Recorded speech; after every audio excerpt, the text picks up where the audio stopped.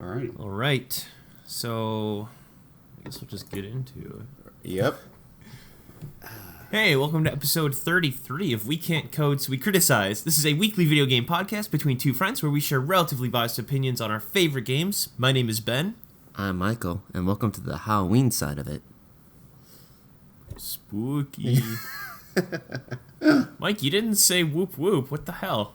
You know, I was going to, but then I was taking my drink, and then I was trying to think of, it's Halloween. What should I do for Halloween? And so I got caught in my own mind, and I was like, shit, I missed the woo woo. Maybe instead of whoop whoop, you should do like boo, boo, like a goat. No, And just throw in a chainsaw sound effect while you're doing your intro, and we'll just pretend it's me. We'll do that. All right, we're gonna give you a little bit extra work, setting this all up. But yeah, just throw a chainsaw sound effect, and it'll be great. I'm not gonna do the chainsaw sound. Come on, do it. It'd be great. Any more extra work. Maybe people think they would try. I'm just gonna make the sound with my mouth, and that's the best you're gonna get. I'm expecting that to happen, though. It has to be happening during your segment, though, introducing us. Blah. Jesus, talking too fast. Feels like I'm possessed. I always thought that was funny. Like, whenever people on YouTube videos, they're like, click the link right here. Like, they're pointing at nothing when they're filming it, and then they just add it in later. Oh, like, yeah. It would be funny. It would be funny to make a video where you're just like, now up above, you're gonna see the website or the URL to this website. Bottom and left then there's corner. just like nothing there. It would be funny to just like purposefully reference a lot of things that aren't there and then never put them in. I heard that some YouTubers hire people to edit their videos, and I bet you once in a while there's something that goes like, no, fuck you, I'm not doing that. I'm just not. It's not aesthetically pleasing in that corner. It's gonna go over here. Yeah, but I'm pointing over there. Doesn't matter. It's better here. All right. So, Mike, Ben? we didn't have a podcast last week because I was in Portland for the entire week. The weirdest and scariest place you can ever be. How was that trip? Yeah, Halloween Portland, spooky. It was fine. I ate some donuts. I ate Voodoo Donuts, and I ate this other place called Pips Donuts, which are like miniature donuts, but they're super freaking good. Now, they were awesome. Voodoo Donuts, is that originally from Portland, or is that originally from New Orleans? I forget. I mean, I would assume that they're from Portland. They don't have a branch in New Orleans. I thought they originally are from New Orleans, not in Portland. I don't know anything about that. Neither do I. I know that it's a Portland donut place, but maybe Portland they have donut. But Portland steals everything. Who knows? Yep. I actually have no idea of histories at all of Portland. I should look that up. I mean, they're two cities that are nowhere near each other, so I would be surprised if... it seems like a weird thing. Anyway, so, Mike, in terms of games, how was your week? Terraria. Yeah. That's all? That and a shit ton of movies, actually. Me and my girlfriend, we went on a movie craze lately. We've been just kind of almost been watching a movie a night. Hey, me too. Let's pick a couple that are your favorites that you want to talk about, and let's go through those. So I got like 4, and then whatever. Yeah, we'll do movies first, and then I'll get into games, then we'll talk about Terraria at the end. How about that? Yeah, it's good. I saw like a lot of different ones. It was a lot of, me and my girlfriend were huge in horror films, and so since it's been Halloween, we've been picking up a lot on horror movies lately. Yeah, me too. And right. You know what? I rewatched Evil Dead 1 with her, and whew, that is a cult classic. I still love the movie, but Evil Dead 1 is just... It is an indie film back in the olden days, and it's just hysterically. Just the sets, the acting. Do you know the main actor's name, Ash? Do you know his actual name at all, or no? Oh, I'll know it once I see it, so I'll type it in, but you can keep talking. Yeah, so he is... Bruce Campbell. Bruce Campbell. He is a hell of an actor. And this, I think, was one of his first ones he's ever did. I don't know. It was just... We loved it. We enjoyed it immensely. It's still creepy, but this is a film that did not age well for being scary, but it is aged well of being still a fantastic film. we've also watched Evil Dead 2. And the funny thing about Evil Dead 2 is that they completely rewrite the first Evil Dead movie. Yeah.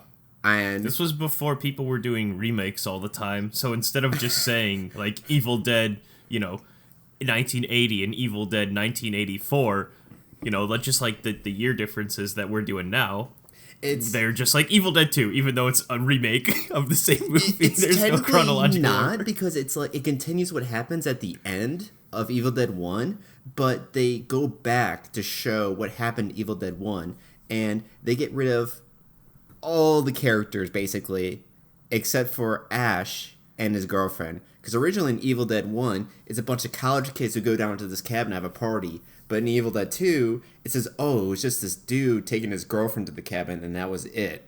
So they rewrite everyone off in that movie. And then they continue the story, I think maybe 30 or 40 minutes into the film. And it just, this movie, I remember my brother telling me that this was a really bloody, awful movie. And I always thought that he was saying that, oh, this is a really scary movie, dude. It's like, it's bad. It's going to give you nightmares. I think why I finally realized, like, oh, he was saying it was bad and it wasn't scary. Because, like, I've always heard, I'd never seen Evil Dead 2 until now, until I've actually seen it with my girlfriend. So I had... This last week? Yeah, this last week. So I had no expectations at all. And in my mind, all I had was my brothers tell me that, oh, this movie is, like, really bad and it's really gory. And I guess what they were just saying is, what they meant to say was, it's a lot of blood and it's a bad movie. Because Evil Dead 2, not as good as Evil Dead 1. It's still funny. Wow. Which is kind of, because you've seen the third one, right? Because they came up with a third one called Evil of Darkness. Yeah. And so this is Army of Darkness. Army of Darkness. It's kind of fun. This is also the part where they started changing titles of movies. Instead of just throwing Evil Dead 3 on there, they just like, oh, we're just changing the title to Army of Darkness. There is no Evil Dead 3 in the title at all. Not even Evil Dead. It's just Army of Darkness. Which I thought was very funny, and it was kind of hard for me to find the film for me at first, because I was really confused. I'm like, why can't I really find this movie? I'm like, oh, because it's called a different thing now. And so, Evil Dead 2 is definitely where they changed the movie from trying to be actually scary to more comical.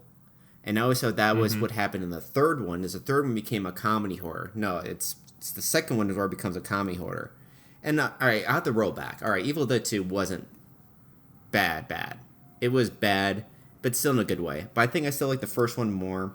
The second one really shines on how well the third one did. I feel like, because I did enjoy the different tone in the third movie, and also because I think the set design in the third one was much better than the second one. Given I haven't rewatched that one yet, we're still waiting to watch that, and so we're gonna be watching Army of Darkness this week, and but yeah, so I watched both of the Evil Deads, 1 and 2, with my girlfriend, and it was a really fun thing to do, and I was happy. It's funny to me to hear your side of it, because if you look back at any movie review or anyone that talks about Evil Dead, every single forum online, every person will praise Evil Dead 2 over Evil Dead 1. Really? Because, well, I think that it was one of the movies that basically made a concrete foundation that horror can be a comedy too, or horror can, like, meshes really well with I funny. can respect that too, but man, it's just like some of the set designs were just bad. Because, like, in one of the scenes, they show, like, the sun rising up. And what they do is that they just have a painting of a sun. And that's what they show, is a painting of a sun. You can clearly see it's a painting. But they're saying, no, that's the sun. He's like, it's daylight now. Here's the sun. And you just, every time they show you the sun, it's a fucking painting. I'm like, what? Wait, what? And I'm looking at my girlfriend and like, are they trying to say that's actually the sun right now? Or are they just...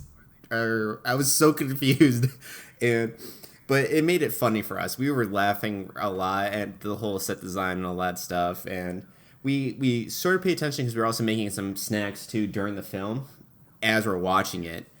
But yeah, I can understand why people would love it a lot, but I think I still like the first one more.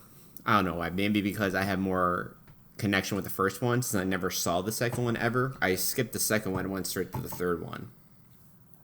Yeah. And Well, yeah, so I mean, it depends on how you see it. Like, now that everything seems retro and old to us, and now that the comedy horror has kind of died out, like, both Evil Dead 1 and Evil I Dead don't 2 think both comedy seem horror's like... died out. I think it's even bigger than ever. Me and my girlfriend enjoy those even more because like Babysitter, that's a comedy horror, and we love that film. Sorry, I didn't mean that it died out. I mean that it's not anything It's new. okay. That it's it's the trope is now just as common as normal horror now. Like, comedy and horror is I get what you're basically saying in now. every single movie. no, Sorry, comedy is basically in every horror movie now. that is actually in very some- true because we're very desensitized people, I guess nowadays, which is kind of a bad thing to say, but I mean, it's kind of really hard to scare people these days with movies, especially. I don't know. How do you feel about that? Do you think that's true? Is that it's kind of harder to scare people in movies nowadays? I just think people don't want to be scared, and that's why it's really hard to make a good horror film. It's the one genre. The reason I love horror so much is because you have to get it perfectly. It's the only genre that if you do too much of it, then it's going to be unwatchable. But if you do too little, people are going to say it's not scary enough. You really have to hit the right notes with it. I don't think you can ever be too scary. I think you can be too gory. Like if it's too fucked up. I think you can get to an actual area where you're getting to like a zone like, all right, this is really just kind of just fucked up. And I think that like the Saw balances on that point. And it's at that point where I don't think it crosses it over, but it's definitely at the point with the Saw series that I am not interested in that type of movie at all. But I think it's nailed it at the good point that it has a huge following, though, that a lot of people do like going to see that because it doesn't go too far in the sense. But there are plenty of movies that do go beyond that, and I'm like, yeah, no, I am not into those at all. You can fuck off with those movies. Anything goes past Saw, I'm like, nope, don't even want to bother to even see you. So a lot of Asian gore, what do they call it? There's a category specifically for Asian grotesque and gory movies with like body manipulation. They're really good at it, and it's like I know that there's some good torture films that they have out that I will just not even touch because like nah, just no. Yeah. So once again, it's like I would never go see like a comedy movie and be like, "Oh, don't see it. It's too hilarious." Like, yeah. Like, even if you're like, "Oh, what about this horror movie?" You'd be like, "No, it's really scary. Don't see it." Like, I would never warn someone for like a romantic comedy. Be like, "It's too romantic. Don't see it." so like I just want to rip my eyes out. It's just so beautiful. Oh, that's so funny. Shit. I think that's how I feel like some people were after they saw the movie Marley and Me. That dog movie. I never saw it because everyone was like, "Oh, my heart was breaking." Oh, I was yeah. like, "Get over yourself." I was the same way too. Everyone was just saying that. I'm like, yeah, I'm good then. I don't need to watch it. It's too romantic. It's too beautiful. Yeah. It's too much heart. I was like, yeah, I'm good. I'll pass. But yeah, I think that horror always has to tread lightly on finding the perfect amount of horror, and that can be really tough. Which is why horror in itself is so open to interpretation. Oh, yeah. And that's what makes it so fucking good. And like, it's crazy that the Evil Dead 2 and the Evil Dead Army of Darkness can be in the same wheelhouse as other movies like The Shining. Like, you would think that those movies couldn't be any further from each other, but we watched The Shining 2, and I have to say she was not a fan of it at all. Like, we watched the original The Shining, and I don't blame her. After rewatching that film, there is a whole lot of nothing going on in that film. And sorry, give me one quick second here. There's a whole lot of nothing that happens, and that movie is just so poorly paced. And I don't know, what do you think of the film, The Shining? I love it. It's probably one of my favorite horror films. But after showing her the film and watching with her, I was kind of like, it wasn't as good as I remember it. It wasn't as good as I remembered it being. Yeah. No, I I don't think I'll ever knock it. I love Stanley Kubrick. I love the story. I love Jack Nicholson. Like, everything about that movie hits all the right notes. I think there's good progress and everything in it, but obviously agree to disagree. No, for sure. We've also seen some other films too as well. We saw this one. Do you remember hearing the movie The Midnight Man? The Midnight Man? Yeah, The Midnight Man. No. So this movie we watched, it had some potentials, but it really fell hard on the characters being fucking stupid. Just straight up stupid. So it was kind of like, it really just took us, they were so fucking stupid, it took us out of the whole entire film completely. How old is this movie? Because older movies tend to do, like, stupid people. This movie is pretty recent. Hmm. Let's see, let me look up the date on this. But the basic story of Midnight Man is that you play a game at your house where you actually invite the Midnight Man. It came out in 2016. And so in this game, all you have to do is have a lit candle with you and walk around the house. And the Midnight Man is also in the house with you. And if he gets you, he kills you. But he doesn't always kill you. He sometimes fucks with you. He only kills you if he gets you break the rules or something like that. It really didn't make much sense. So it's kind of like a Bloody Mary kind of game. Exactly. Like you go, turn off the lights, say Bloody Mary. And their main goal is to survive the night until like 3 o'clock. And it's funny because if your candle blows out, he'll then automatically get you if you don't relight your candle in 10 seconds. If you don't relight your candle in 10 seconds, he finds you instantly. And it's really funny because when their candle goes out, they'll sometimes look at each other going, and then they'll start trying to light the candle. I'm like, why didn't you just start lighting your candles? Why are you looking at each other? Like, what are you doing? There goes the first 5 seconds of your 10. Exactly. And then there is a defense system where you can put a ring of salt around you. And it's pretty funny, though, because one of the characters, like, 3 people are playing the game in this. One of the characters' candle goes out. And they put the salt around her, and they couldn't relit it because the candle got wet. So, like, oh, we know where there's another candle. So the other 2 go get the candle, leave it in the salt circle. And as they're walking over to get this candle, now, by the mind is that she's there defenseless now, no candle or anything, and the Midnight Man is trying to get her. They decide the 2 people going to get the candle decide to stop and have a heartfelt story with each other, saying, like, confessing to love and kissing. And me and my girlfriend going like, you do realize that your best friend is in the other room going to die, and you are going somewhere to get something, and you're supposed to be running, yet you're walking, and now you stop to talk, and now you're making out. Your friend is going to die. You hit a Priorities, Mike. You hit a goal here. You are fucking your friend over here, figuratively and literally right now. It was just so fucking funny. That sounds stupid that they're just making out about it in the middle of this horror film. It just makes no sense, and it just kept on happening in the film. We had no idea why it was going on, and it was just stupid. And the character, though, the Midnight Man, was pretty well designed. It wasn't the best. It was also basically just a dude too with a creepy face, but Okay. it definitely passed. So you guys, no one needs to watch The Midnight Man. So it was Mark Zuckerberg.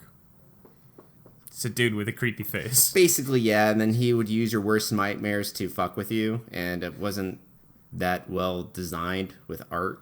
With the special effects. He was basically it. That's a great way to look at it. He was it in the end, because he uses your greatest fears against you. Because he likes doing that for some reason. I don't know. And then Interesting. he also breaks his own rules, too, which I was like, okay, so there's really no point at all of the game, then, if he breaks his own rules. Rules are meant to be broken, Mike. Yeah, the guy who played Freddy is in the movie too. The original Freddy actor. Oh, yeah. Okay. It's like kind of a small cameo. He has a good amount of lines. His acting's fantastic as usual, but nothing to really go see it though for it. I think they honestly just threw him in there, just like, oh, then people go see it because his name is on there. I think that was the only reason why they put him in the film. Okay. But yeah. What else did you see? Speaking of like good movies though, like we said, good horror movies like The Conjuring. You might like that's your favorite horror movie, isn't it? Still, Ben? Because that's mine. Conjuring is one of my more favorite modern horror films. I saw some really good ones in the last 2 weeks, though. Yeah. So we rewatched The Conjuring and all that stuff. We actually watched that last night. Still fantastic. Still holds up fucking great. Absolutely love it. Then I think you know this too, but I don't know if other people know, is that they continue like a series of movies with the ghost hunting family in The Conjuring too. Yeah, they have two different splits from the main series now. They've got Annabelle and they've got The Nun. Yes. And so And they're both different directors. I saw Annabelle Comes Home yesterday. We got the DVD of that one. We watched it yesterday. Did we watch that yet? No, we watched that 2 days ago. Sorry. And that one was actually surprisingly good too. It wasn't the worst. It wasn't the best, but it wasn't the worst. And that one is about when the ghost hunting parents bring the doll Annabelle back to the house, and then they leave, and then the whole story is about their daughter, her babysitter, and then a friend dealing with Annabelle over the weekend while the parents are gone, all that stuff. It was surprisingly good. The effects were nice. The story and how everything happens was really well put together, and like, in with reason, like, okay, this makes sense of why all this stuff is happening. All the characters in the film are pretty smart. They're not stupid. And there were, like, some of the things that does happen are kind of like, okay, that doesn't seem too realistic in the realm. And it doesn't really explain why some things do happen, but they're forgivable. And I think I think it's a movie that definitely is worth a rent to watch. If it's on Netflix or Hulu or anything, if it comes on any of those, definitely get a watch. I think anyone can enjoy that film. Well, from what I had heard, and feel free to agree or disagree, I saw I can't remember if I saw the first Annabelle movie, but I saw Annabelle Creation, and then, so there's two other Annabelle movies, and then there's this Nun movie.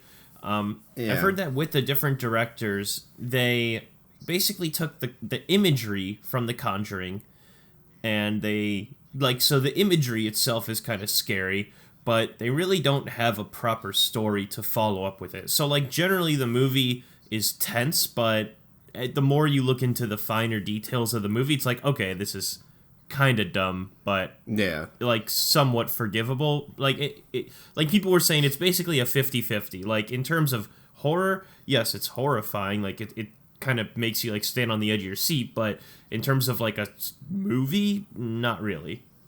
Yeah, with the Annabelle Comes Home, I give that about if I gave it a rating with percentage wise. Okay, within this podcast we always do 1 between 10. I give this movie a 6. Okay, that's respectable. Maybe a 6 or maybe a 5.75. I don't know. It's teetering. It's because I don't want to give it a 5 because I definitely think it's worth seeing, but it's also not worth going out and buying to see. Well, I mean, Redbox is only $2 to rent a movie. It's definitely worth $2 to rent, honestly. If it's on Hulu or free, definitely give it a watch if you're a big horror fan. And if you're just a fan of the Conjuring series, like I'm a fan of the Conjuring series, I've been really enjoying them. I haven't seen The Nun yet. I've heard of really bad reviews of The Nun, but I still want to go see it just because I've seen every single other one, though, so far. Yeah, I've heard The Nun makes basically no sense in terms of, like, why anything happens or anything like that, but that, like, once again, it's a different director from the main Conjuring movie, so I get the impression that, like, all that they're doing, the Nun in itself, I mean, she doesn't really have a purpose in the main Conjuring movie. She was just, once again, like, a scary image that a demon took over. There really wasn't any story to it. The same... Yeah, and the director even said, like, oh, we're doing this because people said they liked The Nun in the second Conjuring movie. Like, no one liked The Nun. Everyone thought she was creepy, but no one cared about her backstory at all. Once again, yeah, to reinforce the idea that I heard where, like, the imagery is scary, you know, the scenes with the nun in Conjuring 2 were scary, but, like, it was a painting that this woman was making, wasn't it? It was something, like, that's all that it was. There was creepier creatures in the second Conjuring over the nun. The nun was a nice addition, but there was, like, like the tall, stretchy dude in the second Conjuring. There's also the Crooked Man. The Crooked Man was I would like to watch a Crooked Man fucking movie because that dude was really coolly designed. I mean, the nun's a fucking nun. I mean, sure, they're already fucking creepy. No offense to the Crooked Man is actually a folklore tale. Like there's the song that they sing and everything. Like there is like a folk story about the Crooked Man. I would love to see more of that myth. because there's the Crooked Man, there was the main demon, and then there was the nun. I believe in the second Conjuring, because I think I saw that with you, Ben. Yeah. Yeah. So isn't that right? There's like technically like 3 creatures in the Conjuring, the second Conjuring. At least 3, yeah. They're starting to stockpile them quite a bit. They are, because I remember there's the main possession of the guy at the house, and there was the Crooked Man. Or maybe the creature, the demon was just using the Crooked Man story to be fucking to scare them or something. Who knows? But I fucking love the Crooked Man. I thought it was so cool. Yeah. All right, I got a couple things to talk about myself. Let's move on. So what other movie and did then, you see? we rewatched Trick or Treat. You remember that film? You showed me that film. We absolutely That's loved a great one. Yeah, we loved it. I actually I re-rented that film again. It's like my girlfriend didn't want to watch it. I was like, I'm down to watch it again, so I re-rented again too. It was just $2 off of Google. I'm like, sure, why not? So we rewatched that. That's a great classic Halloween movie.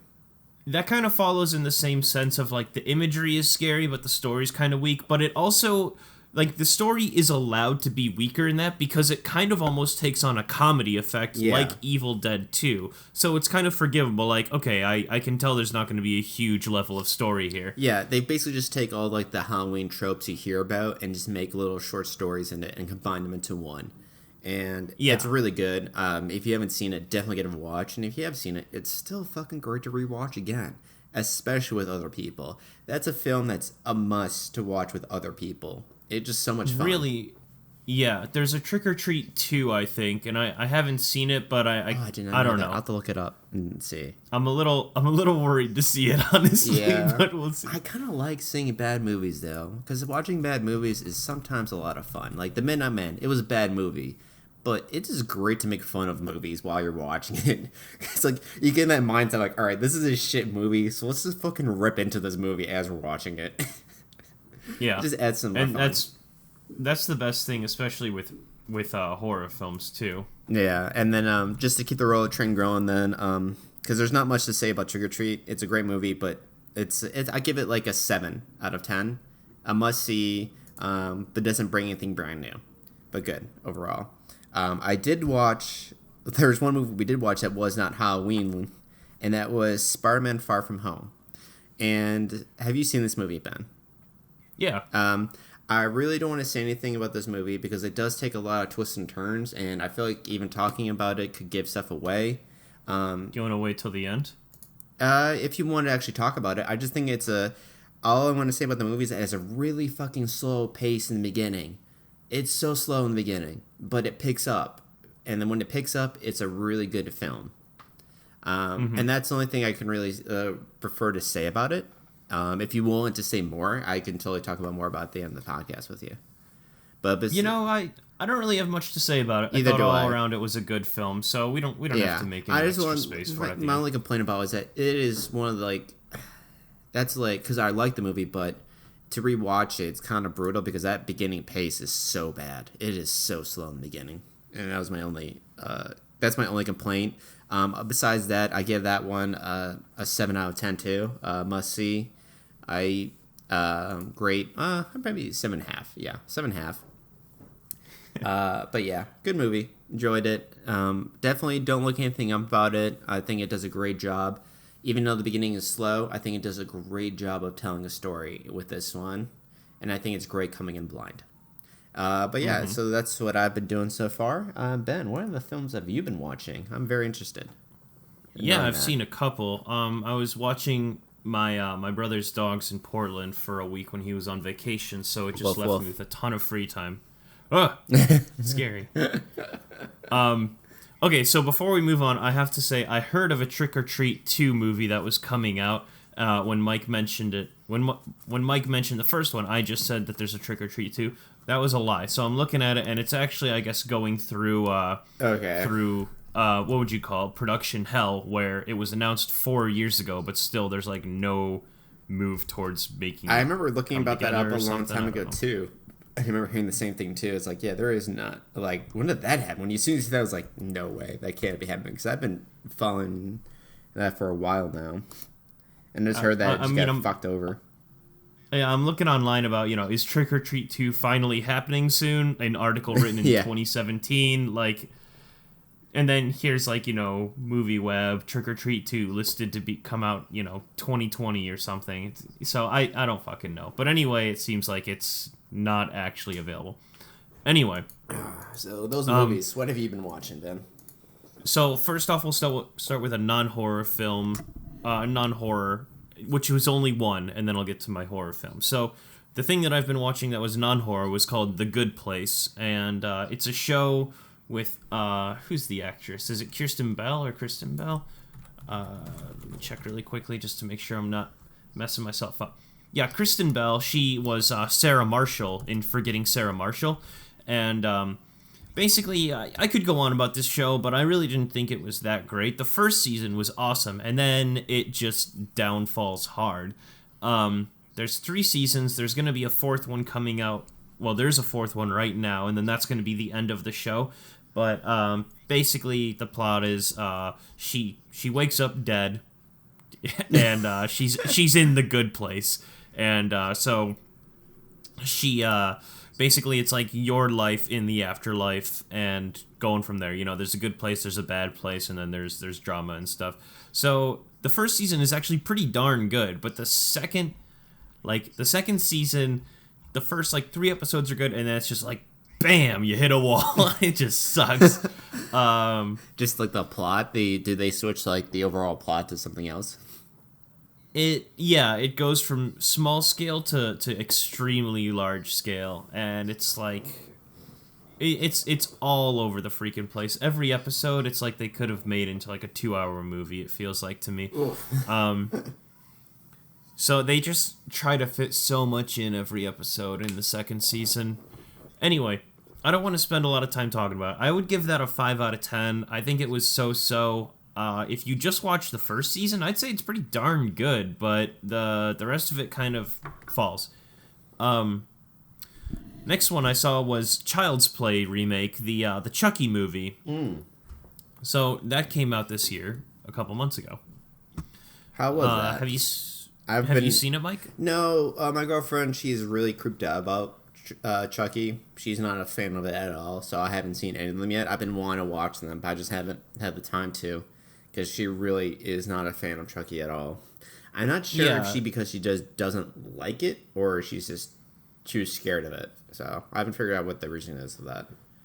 But I've been dying to watch the new one. Okay, I'm happy. I like that everything generally has been updated, but it just felt like an unnecessary remake. Actually, just scratch that first part. It felt like an unnecessary remake. Is probably the best way to put it. Yeah. That's a bummer. I gave everything a rating here. Child's Play gets a 3 out of 10. Oof. So instead of a possessed doll, which is the first one, they go with a malfunctioning artificial intelligence.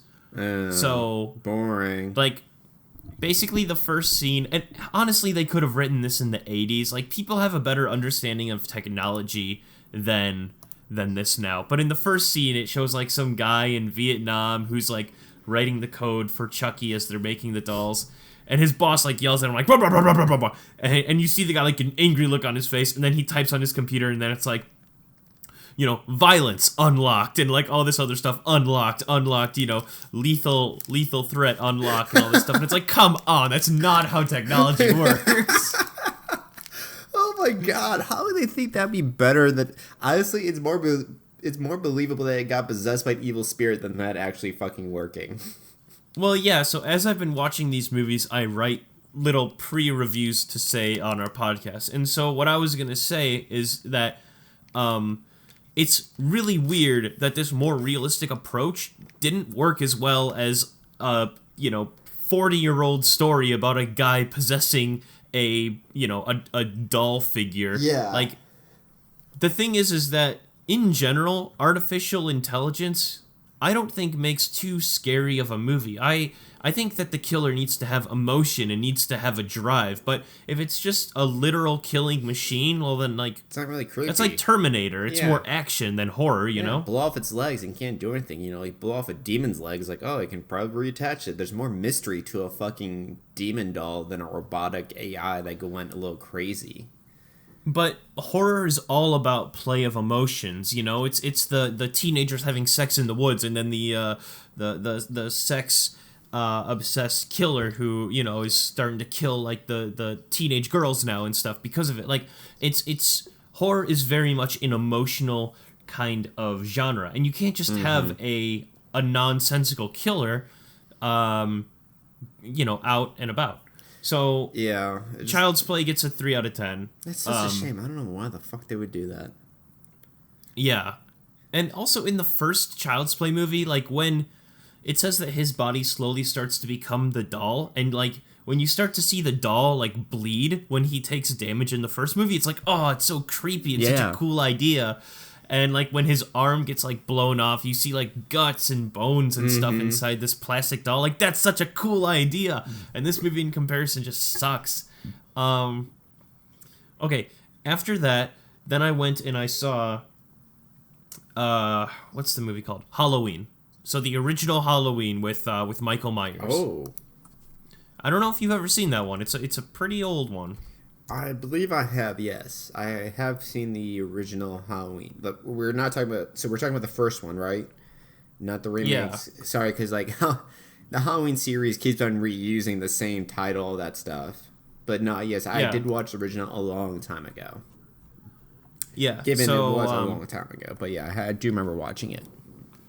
Yeah.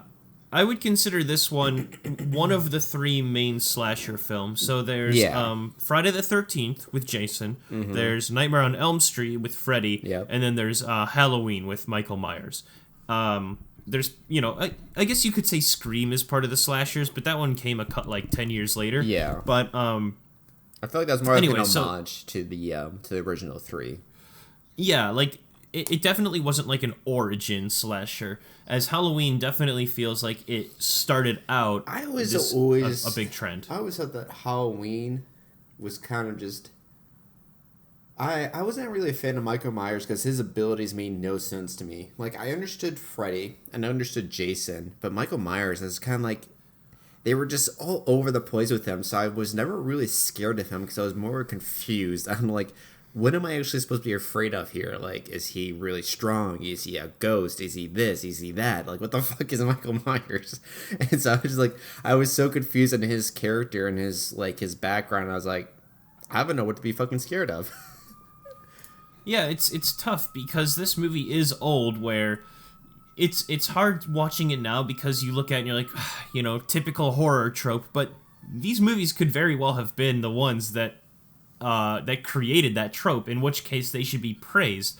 It's the same thing with what movie with Evil Dead. You know, like, oh, is it so overused, or should I praise it because it's the original creator of this thing that's Yeah. now overused? Halloween kind of fits that perfectly. I mean, like, it's just a guy, like, at least half the movie, he's just standing in the background, kind of staring at people as they go about their job and stuff. And now it's like, okay, that's not really scary, but maybe back in the day, like, obviously people love this film because it's a classic. I didn't really think it was that great. I thought it was extremely Okay, slow. good. I thought the exact same thing. I didn't think it was a great film myself, too. It's hard to rate these old movies. If I was going to give it an out of 10 score, I actually didn't write a pre-review for this one because I forgot. It was so forgettable, honestly. I hate to say that about a classic, but it just, like, Once again, horror, because it's a classic doesn't mean it's good. And, like, I can respect what it brought to the table. But the biggest did problem it? Because we already had Freddy. We already had Jason. Did it really bring anything? I think that Halloween predates those, honestly. It feels like it did. I can't say for certain. But, so here's the story about Michael Myers. For anyone who doesn't know, basically, he's 6 years old. He kills his sister and there's like no reason as to why he does it. Yeah, and then just he fucking stays crazy. in a mental. Yeah, he's this crazy dude. He's just that's all Michael Myers is a fucking straight up crazy dude. Yeah, and then 15 years later, or 20 years later or something, he escapes from a mental institution, and then he just starts killing people. And, like, the reason that he picks the main character in this movie is simply because she's someone in the neighborhood. Like, it kind of feels, I once thought again... she was living in his house. Wasn't she living in their house that he lived in? No, so... Oh, okay. The main woman in this movie, Lori... Her father is her mother is a realtor, and she drops a key off at the house that Michael Myers used to live in. So all she does is it's like a 2-second scene. She takes the key, she's talking with her friend, she goes up the house, drops it on the porch, and then she walks away. And from the inside of the house, you can see Michael Myers' shadow. And then just the rest of the movie, he's fucking killing her. He's trying to kill her. Like, there was no motivation. So it just doesn't have the same kind of story that I expect from horror these days. And sometimes horror is good without a story, but this one desperately needed it. And I thought that the killer was completely unmotivated. I thought that there was no backstory. I thought that just a lot of the tropes were overused. I was... To give it a modern review, and nothing to say about how great it was in the past or anything, to give it a modern review, if you watch it today, if you've never seen it, I would probably say it's like a 3 out of 10. I mean, it's so slow and so uninspired. Okay, there we go. I got the dates, so you were right. Halloween was the first one. Then it was Friday the 13th, coming out 2 years later. And then 4 years later was Nightmare on Elm Street. So you were correct on that one. Yeah, I mean, I think about the scenes that were in Halloween, and they're so simple. And then I think about Nightmare on Elm Street, where they have a vat of blood exploding out of a bed, and I think there's no way that Halloween predated. Yeah. Or that movie predated Halloween. That is so true, and man, just like Nightmare on Elm Street, that was fucking Freddy is the scariest character I knew as a kid growing up. That thing haunted me for a long time. Yeah. That and The Shining. So, in terms of the movies I'm talking about so far, Child's Play, 3 out of 10, and then also Halloween, 3 out of 10. Not that great, but I did see this new director who's been making movies lately. His name is Ari Aster, Ari Aster. But he has made 2 movies in the last few years, which were really darn good. The first one that I watched is called Hereditary, and Heard a lot of good things about it. And then the second one I watched is called Midsommar, which came out this year. So let's talk about Midsommar first. It's the most recent. So first off, I would give this movie a 7.5 out of 10. Okay. So significantly better than the other ones. Mike, from the way that you were describing the movies that you watched, I would say this one's probably not for you. The movie I thought was really great, but it is very, very slow. Very slow. A lot of... Like, the idea of Midsommar, and I was even reading about it, basically the movie is that these, a couple of kids, they go with this foreign exchange student at their college, like, they're all good friends, they go with this foreign exchange student back to his hometown in rural Sweden, and it's basically like, a great think idea. of... Yeah, so, but it's like summery and nice, basically think of, have you seen The Wicker Man? Yes. It is almost exactly The Wicker Man, but updated. Gotcha. So, yeah. So anyway, like, people are, there's, like, masks and costumes and everything like that. And the director said, I was reading, he said, that, this is basically going to be, like, a religious kind of cultish neighborhood kind of thing. You basically know what's going to happen. People are going to die. So he said that the thing that he was trying to do more with this story is kind of... Or he was less focused on the horror and more focused on the subtleties in the story. And so in that sense, I think that this movie is really goddamn slow. So I don't know if you'll like it. And I would think it was even too slow for me. Oh, wow. Yeah, then if it was just slow, because, like, you're much more lenient with, like, slower paces than I am. So, and I don't think this is probably a movie for me in the end. Well...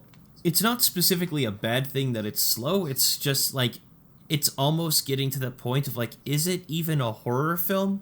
at this point. Like, there are some really grotesque parts, but it's not a like The Conjuring. Let's go back to The Conjuring once again. The Conjuring has really great pace. It starts out low and then it just builds.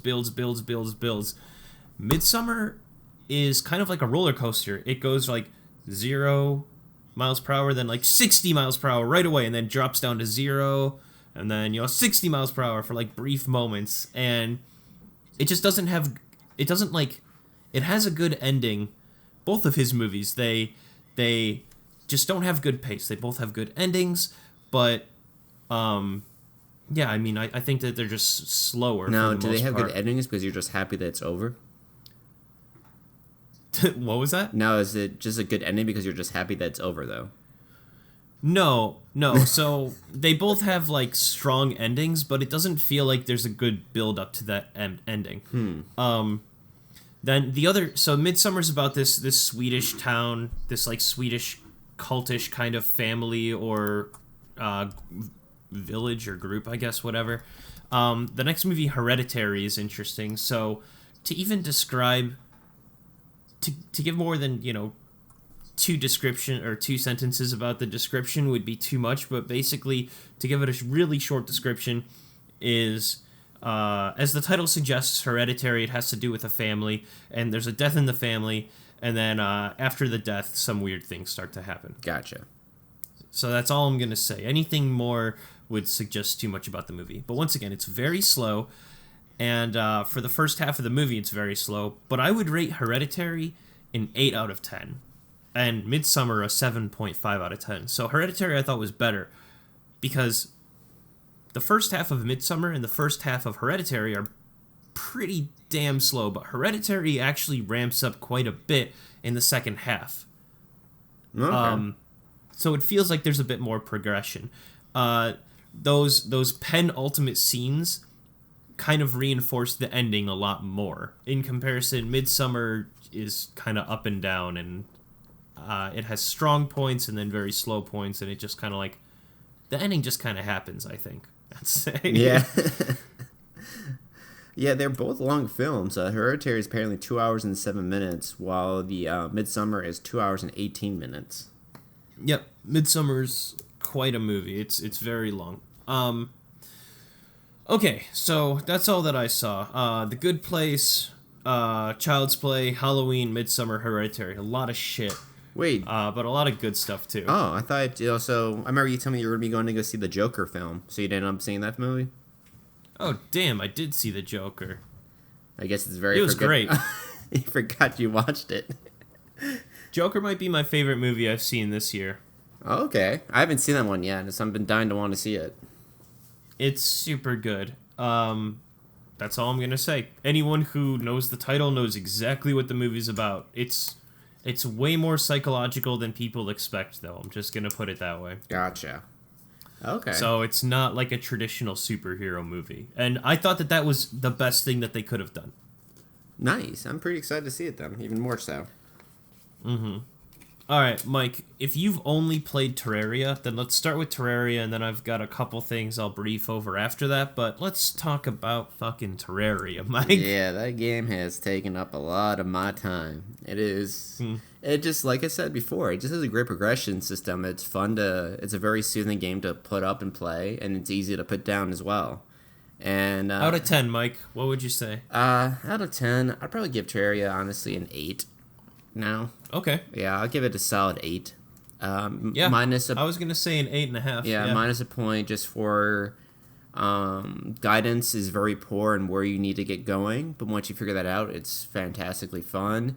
And Yep. I would say another point takes off of just programming, and some things can just be annoying. Just the basic annoyances, I guess, of just not just being exactly there. But yeah, so I'd give it an 8.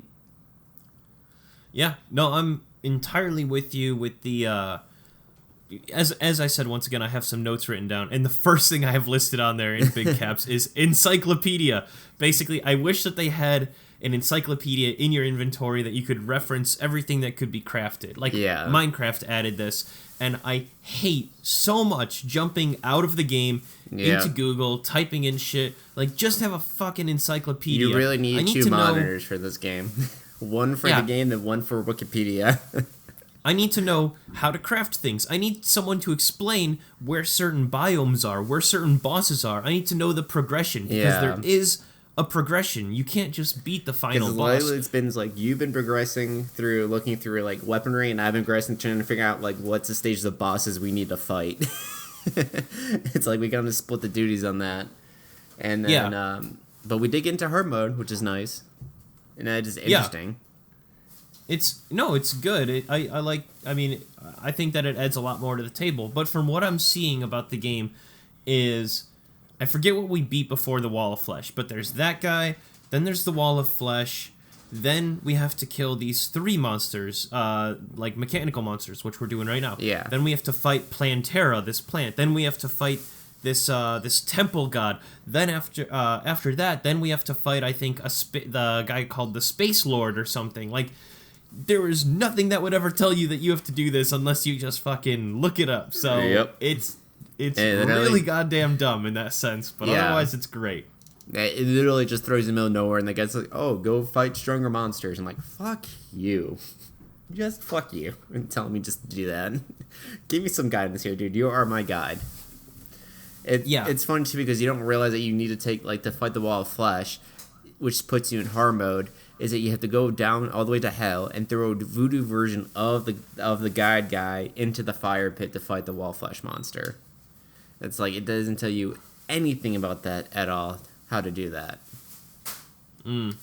Yep, you just kind of have to know it, which is dumb. But otherwise, the gameplay is fine. Yeah. All you need is more guidance, but otherwise, the gameplay is just fine.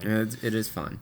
But yeah, just it needs guidance, and that's like one of my major issues with a lot of games, that if you need to look up a tutorial on Wikipedia or somewhere else instead of in the game, it's not a good system, buddy. You gotta figure that out. You gotta teach. If your game's that complicated, you gotta teach me. You gotta teach me in your game. I shouldn't have to leave your game to learn something. But But yeah, once again, that's my only complaint of everything else being a lot of fun, especially when you play with other people. Like the online is great. Yeah, like, and the ability to share your items and money fluently between worlds is fucking fantastic. It's great. They really did put everything well with the programming, for jumping between worlds and stuff. But yeah, I agree. So what other games have you been playing? Okay, so everything else I've played, I actually got the Xbox Games Pass, and Mike, you've heard about this, but for anyone who hasn't, it's a pretty fucking good deal. So is the Halo games on there on the PC? What Halo games on the PC? I don't know about the PC, but the Master Chief Collection, I think it's coming eventually. I think it's on console right now, but yeah, as soon as that gets on there, then I'll get it. Yeah, so for anyone who doesn't know, right now, I don't know how long this sale is going on. Maybe just this month, maybe just this week, whatever. But right now you can get the subscription service. It's a subscription service for Microsoft games. You can get a subscription service for $1 a month right now, and it's just for the first month, and then after that it goes back to the average amount of $5. Hopefully you forget to unsubscribe from it before that happens. Right, yeah, that's kind of what they're banking on. Okay, so if I'm going to run through the games that they have on here, they have Vampire, Dishonored 2, Cities Skylines, Gears of War 4, Gears of War 5, Blair Witch. I think they have Terraria on here. They have Moonlighter. They have Metro Exodus, which was an exclusive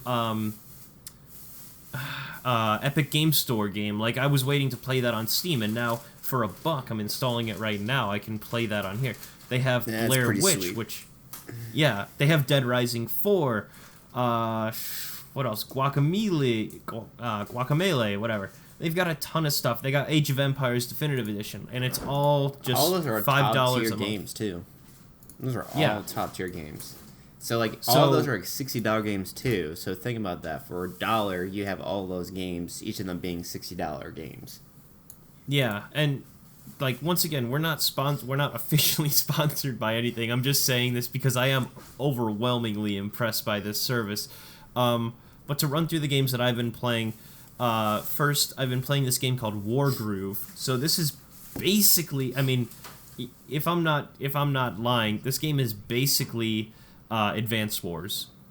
So you get it's tactical game. So you get units. It's a grid base. You get like an overhead view. It's all pixel graphics, and then you can tell things to attack, and then they like attack other units, whatever. Mm-hmm. So very fun. I feel like our reviews are going on for pretty long this episode, so I'm just gonna wrap these up really quickly. The issue with Wargroove is that it feels like a game of Risk, and it has the same positives and the same negatives. The negatives, like the board game Risk. The negatives are obviously that turtling is an overwhelmingly effective technique. And when you turtle, and all you do is just focus on defense, then games last forever. Yeah. And that can be really annoying. Otherwise, the game is great, but there needs to be a bigger advantage to making the first strike or to taking over a base or something. I've played so many games where it's just, I take the base, then they take the base, then I take the base. It's just back and forth. So the game is good, but it needs to be more... if you make a big play, that play needs to last, or it needs to have a lasting effect. I would rate that a 6.5 out of 10. Nice. So it met its expectations, it exceeded them slightly, but I still think there are things holding it back. The other game that I played is State of Decay 2. So, Mike, you said that you played the first one and you were a little unimpressed with it. Most because of the issue of the tutorial system was fucking awful in it. And it is so if you don't know what State of Decay is basically that you make a base and you take control of a character. That character dies, you take control of another character in your base, and that character that is dead permanently. And so I think it's a very bad situation when you have that permanent death situation in your game and an awful tutorial, and you do not properly teach your players at all. And so I need to, because I like the idea, I like the concept, I love the graphics of the game, of the first one, of State of Decay. I have the first one too. But I need to sit down and watch a lot of tutorial videos before I start playing, so at least I know what I need to do and how I'm going to do it and all that stuff. Because that's my biggest gripe with that game. Yeah, basically everything that Mike said is persistent in the second game. I would give it a 6 out of 10. So along with the things of how it just gives you no tutorial or any reason how to play the game, the game is very rigid. Like the character movements, the cars, everything. Like if you've ever played PUBG and you know that the character moves like you hit left, he moves like there's no fluidity to the movements. Yeah, or like delay or any of that. That's how State of Decay 2 feels. It feels like not a fluid game is once again probably the best way to put it. The characters hardly appear to be interacting with their surroundings, like you'll run into a wall and there's like it's like playing a game from like the N64. Like they hardly interact with anything around them.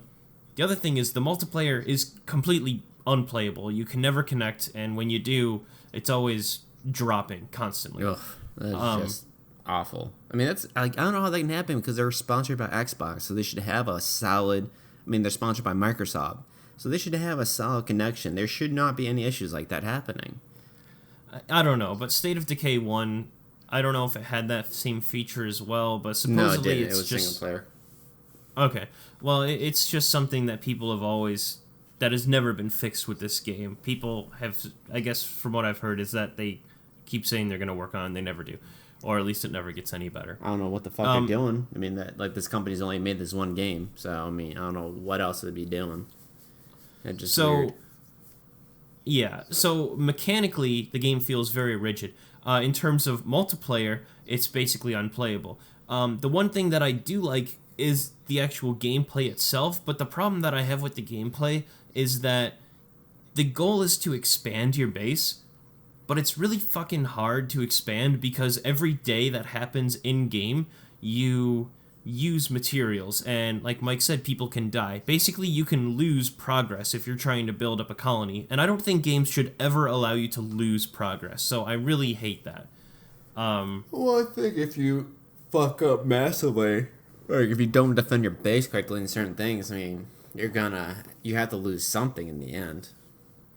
Sure, but so like something that I'm dealing with right now is that I need construction materials to build to build more things at my base. So I got more construction materials and my base had 0. So the second I put some in, your base daily uses 1 construction material per day just to maintain. So from the stuff that I got, basically I already didn't have a lot to do anything with. And then so you have to keep getting construction materials, or else once, one day at a time, it's going to slowly lose 1 every day. Oh, so that's what I mean by maintaining, is that you're hardly collecting materials to upgrade, or you're hardly collecting food to upgrade, or you're hardly collecting water to upgrade. Everything is a lot about just maintaining what you currently have. Damn. So it's not even that you're fucking up hard. It's simply that it forces you to go out and get certain things a minimum amount every day. And when you've got a day and night cycle, then it comes into the problem of like 7 days to die. It's like, oh my god, I've got so much to do, I don't know where to start. So it's hard to focus on something because it just maintaining is really fucking hard. Does it get harder when you have another player with you? Does it tell you that, there's more zombies now, so there's another additional player in the game? Does it say anything like that? I don't know about that. I'm not sure. I would assume so, but I remember a friend that was playing with you was saying that also it sucks that he uses his own materials in his world when he goes to your game to play. I was like, ouch, that sucks. So anytime he uses a material, it takes it from his world instead of taking it from your world. No. So, your inventory comes with you. So whatever he had on hand, he brought with him. So if he did have, gas, or if he did have food or something, and then he used it in my world, when he goes back to his, he no longer has it. I think that's what he was getting at. I'm not sure. Oh, okay. But maybe if he was building stuff, it was pulling from his resources. Anyway, so that was basically everything that I've played. Terraria, State of Decay 2, Wargroove, and then I'm downloading Metro Exodus through the Xbox Games Pass right now, but I haven't played that yet. I have the first one because Epic gave it for free. I have the first one with like the HD version, and I'm thinking about playing that one again because I love the Metro series. I haven't played the third one. The third one doesn't really pique my interest too much because it's open world. I kind of like the narrow pathways of the first Metro and the second one. So I didn't realize it was open. Yeah, it's open world game. And so that's why I'm kind of like, that's not what I really liked about the first and second one. Because if you didn't know this, Metro is about working in the metro area, like train station systems and all that. It's about Russia's nuclear bunkers, and they've turned their actual train stations into nuclear bunkers back during the Cold War. And so you're in Russia living in these bunkers after some post-apocalyptic. Yeah, and so that's why it's called Metro. They're both, the first and second one are both fantastic games. Definitely worth a play if you have not played them. Mm-hmm. Give those an 8 out of 10. Yeah, I really like those ones. Would you consider Metro horror? Is the next question. Yes, it is a horror game. Mm-hmm. Horror / action, because there is. Yeah, I would give it a. You could. Because I wouldn't fully call BioShock a horror game, but you call BioShock a horror game. And if BioShock is a horror game to some people, then definitely Metro is a horror game as well. This is why I love horror so much, is it's so interpretive. And with that, we should get to our top 5. Mechanics in horror games. Yeah. So what mechanics in games make the best horror? Yes. Are those things like, a strong multiplayer? Are those things like, puzzles, gore, survival, adventure, exploration, crafting, whatever. Mm-hmm. So anything that you can grab from any game, any mechanic, what best suits a horror game in your eyes? Right. So I think you started last time, or did I start last time? You can start. I don't care. You can start this time. So I'll start then. So my number 5 is kind of hiding mechanics that games implemented, and I think that they really shined in ones where you couldn't defend yourself. There's like Amnesia. Amnesia is a great effect where you had to use the darkness and cabinets and things to hide under. And what was that one horror game when you're in a mental asylum? I never could finish that one. Do you remember what I'm talking about, Ben? You're in the... Oh, where you use the camera to look around? Yeah. Do you remember the name of that game?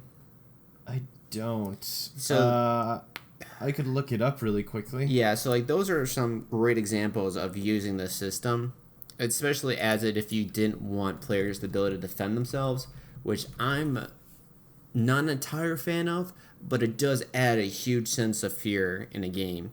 And Outlast. Outlast is they do a fantastic job on it. It also can be a fucking frustration game too. But I think that the new throwing the whole hiding mechanic in horror games really set, horror games to a new level where you can efficiently hide in areas and stuff from creatures, which even if you can defend yourself is a nice system to have just to have a new way of dealing with enemies in these scary games. In fact, I don't really know many horror games where you can defend yourself that have solid high mechanics like they did in Amnesia or Outlast. And I'd be really happy to see a game that actually do that. Do you know any game that does that, Ben? Where you can actually like hide somewhere even though you can use weapons to defend yourself? I mean, I can think of one, but you hardly ever hide in it. The Evil Within, you could kill things and you could hide. Oh, that is true, yeah. That is right. But it's hardly ever worth your time to hide. There was one time where a boss is invincible at one segment in the game, and other than that, though, like you kind of have to decide your playstyle. Is it going to be a sneaky game? Is it going to be a man? I completely forgot about that game. That was on one of our podcasts too. We were talking about the game for I think 4 or 5 podcasts. Yeah, because I was going through Evil Within 2, and you were going through the first one. Yeah. Mm-hmm. I don't know. Looking back at it, I don't know if that game was too bad after all. But I like the first one. Yeah, the first one was very good. Number 4 I have is the menu interface. I think that this is something that has been applied very differently in every horror game, and I think it has a huge effect in like what type of menu you have. Because there's some where if you go in the menu, it pauses the game. Nothing can happen to you. Other ones, the game still runs while you're in the menu. And then that's when it becomes into how important you need to have your menu set up so that you can effectively use the menu you want without, especially if you're being chased and all that stuff. A great abstract is Dead Space. Dead Space has it that when you're in your menu, it literally just pulls a hologram in front of your character. It's still third person, but it throws a hologram in front of it so you can still see through the menu, so you can see if anything's coming at you, but it's still clear and easy enough to actually see what you're selecting, transverse through it, pick what you need, and equip it. I think that one game set that needs a little bit of work on it is, like which one's frustrating, is the Resident Evil ones, where you only have a select amount of slot space and all that stuff, and you have to put them in, like, you have to map them out, you have to... Yeah, you gotta play Tetris with all your items. It's rough, and it's like, it's live action, of course. It makes sense because it tries to go on realism. Well, you can't just shove everything in your fucking pocket here. You have to have some limitations, but sometimes it's fucking annoying because, like, I just want to pick this fucking powder up. I can shove this in my bloody shoe if I wanted to. Just let me take this one thing. It's like, great, this is an important item. What do I drop, my bullets or pick up this key? It's just a huge effect, and you don't really realize this until you actually play multiple games. But I've truly appreciated more and more when a horror game has a solid menu interface once you're playing the game, especially once if it's like the game still happens while you're in the menu, which I love because you can't do the whole bullshit of pausing the game. It's less likely to do that.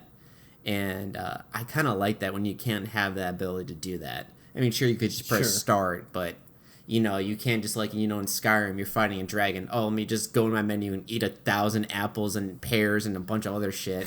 Get full of health. Cheese wheel. Need a cheese wheel. And, all right, now I can fight this boss. No, it's like when you're fighting a boss, you have to be, clever in where your stuff is. Like, you have to organize everything, get ready to fight it. And when you're fighting it, it adds a detrimental panic, which is a nice effect. given I did just mock Resident Evil, it does add this new aspect of play. And I appreciate that more than, like, what Resident Evil 1 did. Because, like, in Resident Evil 1, they kind of just made the controls really just rickety and bad. And, like, the camera vision is lagged, so, you know, it made it scary because you had none of that control. But in the end, though, it's just not a good mechanic. So taking the ability of just having the menus always being open and limiting the spaces and not pausing it, I think that's a much more effective way of altering the play style. Where instead of giving you a shitty mechanic, it just says, all right, here's just a new mechanic that you just have more limited with. It's not a safe zone anymore. This is, you know, this is your storage, not your safe zone where you can go in any time, which I really appreciate. And Sure. My number 3, I put because I couldn't decide if this should be the bottom or the top because I hate it, but I love it. And it was really hard for me to place this one. So I'm like, in the end, What? I decided to place in the middle just because of how much I hate it, but how much it makes horror games fucking fantastic. And that's VR. VR. Oh, okay. Virtual reality. It's just like, it adds a whole new dimension, in horror games. Because unlike other games, you know, like when you're watching a horror movie, you can close your eyes and keep on going. But if you close your eyes in VR and you open it, it's in your fucking face then. There is no, like, it's in your face. There is no closing your eyes. There is no pausing. Because no matter what, it's in your face. It's around you. It's just fucked up. It's I didn't even think level. about immersion in that sense. That's a good one. Because when I was thinking of these lists, I'm like, I just thought, wait, what about VR? That's technically a mechanic now because there's games you can play in VR, but you also don't need to play those games in VR as well. So in the end, I think it's more like a mechanic. But I'm like, so like, do I love this or do I hate this? And I'm just like, I'm kind of stuck with the middle. So it was like perfect number 3 for me.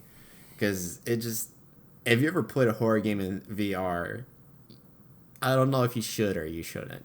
If you're very... Well, it's that same thing of, like, if horror does its job too well, Yeah. then it becomes bad. And VR, if you're going to talk about enhancing gameplay, VR absolutely does. Oh, yeah. And the thing about horror is that when you watch a movie, like I said, you can close your eyes. But if you're playing a horror game, you have no choice but to play through it. You have to face it. You can't... the game doesn't go until you move. And so I would have to say that, VR is... a solid, perfect middle point with that because it is just the ultimate fuck you when it comes to playing horror games. Mm-hmm. It doesn't matter how tough you are. If you play a horror game in VR, it's gonna fuck your shit up. But so those are my 3. Okay. All right, I guess I'll start with mine then. So my number 5, I would say, is action. So action-packed mechanics. These are games like The Evil Within, Doom, Diablo, Resident Evil. These are games that kind of focus on more like gun-heavy kind of action. I think that having a lot of guns, like if you're going to do a sneaky game, that's fine. If you're going to do an action, like a lot of guns, that's fine. I don't claim that one is better than the other because, you know, you like... It is weird to group, once again, The Evil Within with Doom, but technically I would say they both have horror elements to them. Yeah. And I have a great example of that, and that's with Resident Evil 7. When I first started playing that game, it doesn't give you anything. But as soon as you first get your first pistol, the whole feeling is dramatically different. As soon as you get a weapon in your hand, it's a whole different fear than when you don't have a weapon at all. Because it doesn't, in Resident Evil 7, I didn't realize exactly what type of game it was going to be. Is this kind of like I said, like a hiding, walking similar thing? Or is this going to be like a shooter, like a Resident Evil or action, like Doom or Resident Evil or something? What was that game? Evil Within. Evil Within. Yeah, and so I think I'm really excited for you to play the game because you get that feeling of just like when you don't have a weapon and then when you finally get that weapon in your hand, it's like, okay, I got this, but yet not entirely. It's just a very interesting change of feeling as soon as that you're able to defend yourself in some aspect. Well, yeah, like people always talk about how a game is scary, you know, like in Amnesia, where you are completely defenseless. They're like all you can do is run. That makes a game scary. Yeah. And then for like 5 years after that game came out, that's like all we fucking saw was games that like you can't kill the enemy, and it's just like you got to run away. Amnesia had a sequel, and they also had those games that came out beforehand. Like there was a bunch of games that used that trope for a while, and I think that's fine, but on the other hand, I've been equally scared with other equally difficult bosses and things to kill. The Evil Within and Resident Evil, like, let's say Resident Evil 5, the Evil Within 1 and Resident Evil 5, they both have bosses in those games that are basically, like, you can either evade them for a long time, or you can actually kill them. If you do enough damage to them, you can murder them.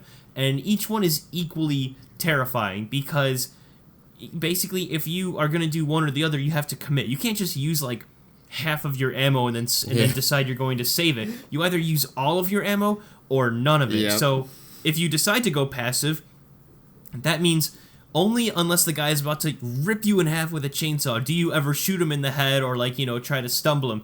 And then on the opposite side, you are always unloading into his face. Only when he is about to reach you and grab you and like throw you into the floor is when you decide to go passive and evade. You just scream, just die already! Just die!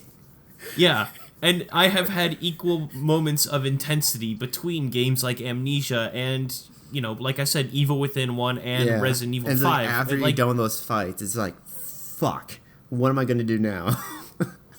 Yeah, and like I love that those games do have action in it. I am normally a fan who likes to, or I'm normally a guy who likes to feel more helpless, but when you do have a huge goddamn arsenal, like in Doom, I can still get pretty fucking scared when you just have a wave of monsters coming at you.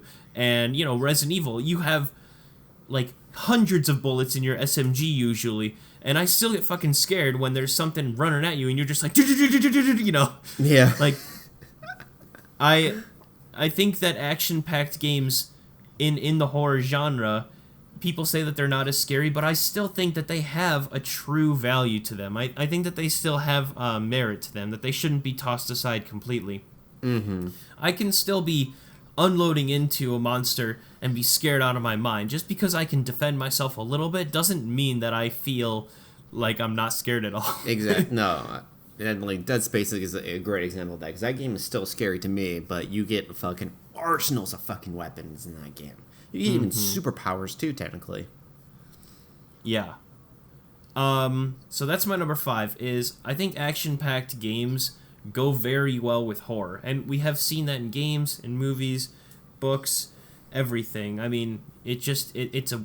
Even though you can defend yourself, when the time comes, it's very hard to do that if you're still legitimately scared. Yeah. My number 4 are mazes. So these are games. I'm gonna repeat a couple games as I go down these lists. But mazes, games like Diablo, games like Alien Isolation, games like Amnesia. So there's not a specific linear pathway that you have to take. I like in horror that you do feel lost, and it is just a struggle to move around the map. Like, you aren't sure where you're going, you have to fight the same enemies and kind of, like, you know, tread back and forth. Like, that feeling of being lost adds to that feeling of being helpless, and that feel of vulnerability, I guess, is probably a good way to put it. Mm-hmm. So, I think... Like, I think that in general, vulnerability is the essence of horror. The more vulnerable you feel, the more you're going to be scared. The less vulnerable, the less scared. And I think being in a maze and not knowing where the entrance is or where the exit is or where you are or where any of the monsters are, I think that adds a huge amount of, like, terror to a game. I mean, Alien Isolation... Still haven't beaten it because of that. Because you just don't know where the fuck it's gonna pop out. But even though that game may seem generally kind of linear, it's supposed to act maze-ish. The rooms are supposed to look kind of similar. The hallways are supposed to be, you know, once again, look similar and kind of be long and maze-like. Amnesia is 100% a maze. I remember playing Amnesia, and there's just some times where there's big rooms with clouded smoke, and you're just kind of wandering through it, hoping you don't bump into anything.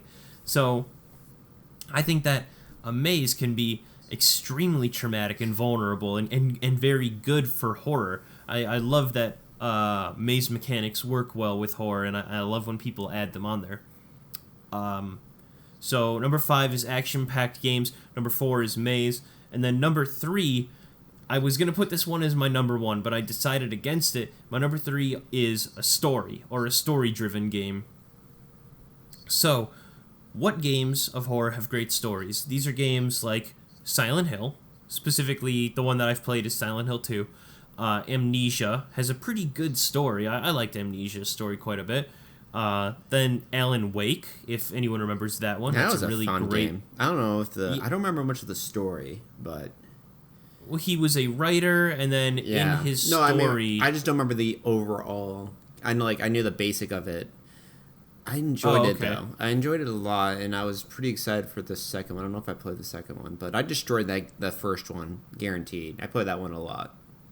I really enjoyed Alan Wake. I thought that it got a little bit of flack on first release, but I think it's a cult classic for me. It's a good one. And then the last one, Mike, I don't know if you played this one with me, but it's called Until Dawn. It's a PS4 game. It's kind of like sounds familiar.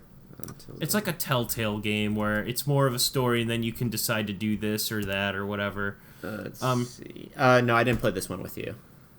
Okay. But, so, story in games, I was trying to tell myself, initially I was going to put it at number 1, because it's so obvious that if you're going to tell a story, or if you're going to have a story-driven game, that story really needs to drive the idea home. In horror, specifically, as I mentioned about how, we were talking about Child's Play, how the monster is a machine in that, and it's hard to be scared of a machine, because there's no emotion in that machine. Yeah. But I do love that a story can give a horror character a background story and reason and emotion. And I think that initially I was going to put it as number 1 because I thought, how can anything possibly deny a good story? But at the end of the day, I thought, well, there are a few good games, a few good horror games that are purely nonsensical, not story-driven, and are still great games. I've already mentioned Diablo, which basically has a BS story, but the biggest offender of all this is Doom. Doom is an awesome horror game, and there is no story necessary. You get a gun, you start fucking killing everything, and that is one of the best and most concrete foundations of horror games that have... I mean, it's one of the most long-standing horror game series, if not the longest. Yeah, Doom 3 is like... It definitely... Doom 3 definitely took like the horror turn to it. I think that one has been the more... horror side of the Doom series, for sure. Mm-hmm. No, but exactly that is, I was telling myself, a story is good, and I don't want to undersell the importance of a good story, but can a game survive without story, in my eyes? Yes. And I said yes, it can. I liked Diablo, I liked Doom. Technically, I would rate those both horror games. I mean, Resident Evil has basically no story, even though it tries its fucking hardest to make a story. But it tries. Those games still survive as classic horror to me. So I would say that I was going to put it at number 1, but there are plenty of games that survive, especially in horror, with a terrible fucking story. Oh yeah. So those are my lower 3.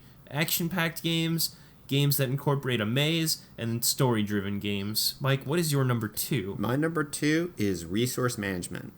I think that is one of the most important things in a horror game, because I will detour from you with a little bit with disagreeing, was that if you give a person everything you want and to kill everything easily, it really takes the horror of it, because like a great example is the latest Doom and then Doom 3. Now, in Doom, the latest Doom, you get weapons, ammos thrown at you like it's fucking pinatas when you kill enemies. Like, you get bonuses, shit flies at them, all the resources come out of them, you're stocked up. When playing that game, I never had a single issue of not having resources because I had countless of bodies to take resources from. But in Doom 3, a whole different aspect. You do not have a shit ton of anything. You do, but your ammo is still limited. You still have to be clever and smart in how you actually go about finding these creatures in Doom 3. And that's what made Doom 3 a horror game to me, is that, sure, I'm Doom guy, but I don't have a shit ton of ammo. I don't have a limited supply. Same thing with Dead Space and Resident Evil. You get all these weapons and all these abilities, and these weapons gets crazier and crazier. But the thing that stops you is that I have a limited, storage space. I have limited ammo. I have to be clever about this stuff. So every single person I run into is a conflict. Even the basic and simplest enemies. Unless I can just fucking beat them down with a melee weapon. But every shot becomes a conscious shot. And that's what I really like about when you have resource management, good resource management though. Because this can be fucking ruined in some games, in horror games, where they just waste things for no reason at all. It's like, oh, now you don't have it. And it's like, well, fuck you. Especially if it's done poorly. If it's done well, it's fantastic to take away someone's resources and respect it. But if it does it for no reason or in a bad way, then it's just fucking annoying. Can we pause on that for a second? Because this is something that you touched on. You said something a second ago that I completely resonate with. You said that every bullet counts. And I'm going to say that I redact what I said earlier about action-packed games. It's not having an unlimited amount of ammo. Like Resident Evil, you have 100 shots of your SMG. But once again, that idea, I agree with you 100%. Even if you have 100 bullets in your SMG, you're still lining up those headshots. Yeah. Like, and you feel, a game can be action-packed, but still you have... What's that? It's like, and if you miss one of those bullets, it's like, fuck! It's just like a horrible feeling when you do that. Yeah. Definitely. Doom is the same way. Like, even though it gives you a lot of guns to work with and a big arsenal, at the end of the day, you're still running out of ammo and switching through your guns, and each shot does count. I remember saving up my BFG ammo, for special occasions, basically, and, like, certain weapons I used on certain enemies, chainsaw, whatever. So I feel like I went a little too far when I mentioned Action Pack having unlimited ammo or whatever. That's not the case, but I agree 100% with what you're saying, though.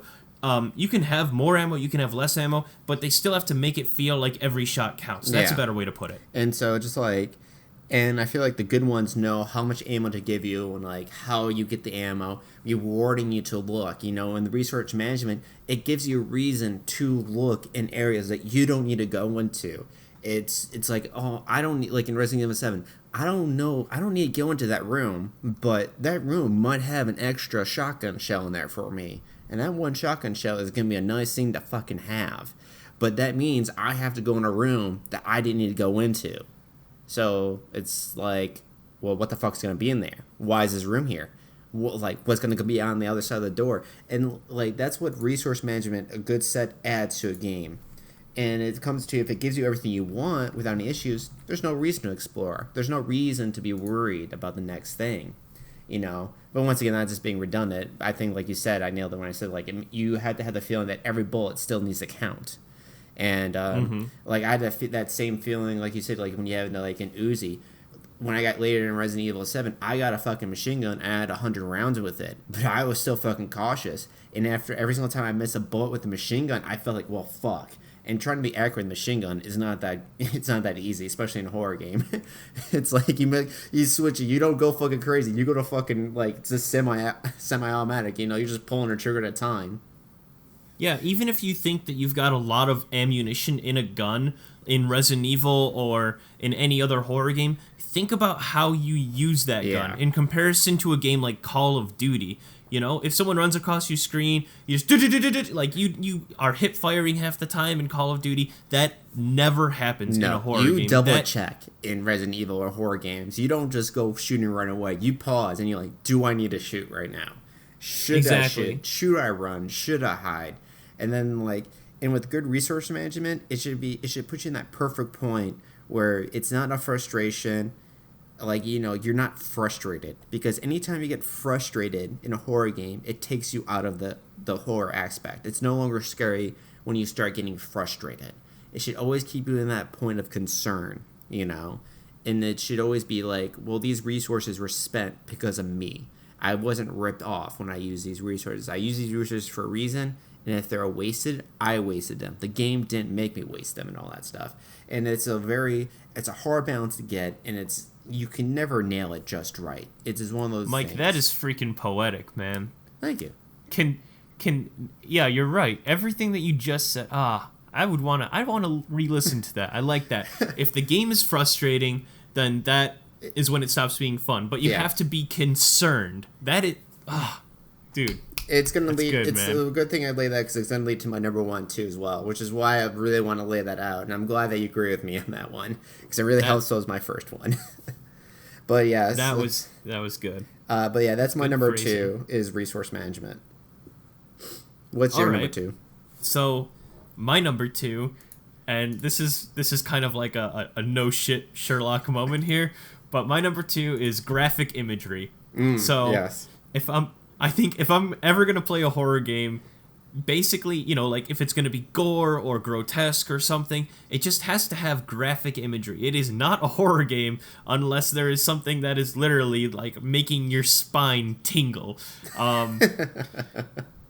So, as a basis for what a horror game needs, graphic imagery. Those movies that I saw before that I was talking about, Midsommar and Hereditary. Granted, they're movies, not specifically games, but they had a good amount of graphic imagery, but it was just barely enough. It didn't ever feel like the slower parts.